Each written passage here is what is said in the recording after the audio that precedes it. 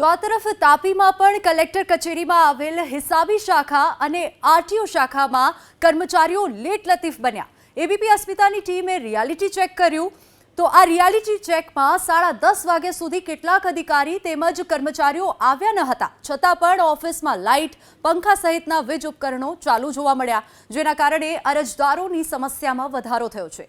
જિલ્લાની મુખ્ય ગણાતી કલેક્ટર કચેરીમાં જો અધિકારી અને કર્મચારીઓ મોડા આવતા હોય તો અન્ય તાલુકામાં શું પરિસ્થિતિ હશે એ આ દ્રશ્યો પરથી આપ સમજી શકાય છે। તાપી જિલ્લા કલેક્ટર કચેરી ખાતે એબીપી અસ્મિતાની ટીમ પહોંચી છે। આ છે હિસાબી શાખા। દ્રશ્યો બતાવવા માંગે છે, તાપી જિલ્લાનું મુખ્ય મથક કલેક્ટર કચેરીની હિસાબી શાખા છે કે જ્યાં હાલ આપને દ્રશ્યો બતાવવા માંગે, જે સમય છે તેની પર દ્રશ્યો બતાવવા માંગે।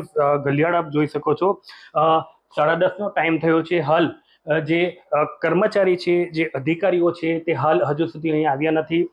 લાઇટ, પંખા ચાલુ છે, હાલ અહીં કોઈ પણ આવ્યું નથી। આ છે તાપી જિલ્લાની કલેક્ટર કચેરી કે જેમાં લાઇટ, પંખાનો દુર્વ્યય થઈ રહ્યો છે। 10:30નો સમય થયો હોવા છતાં જે અધિકારી કે કર્મચારીઓ પણ અહીં હજુ સુધી આવ્યા નથી।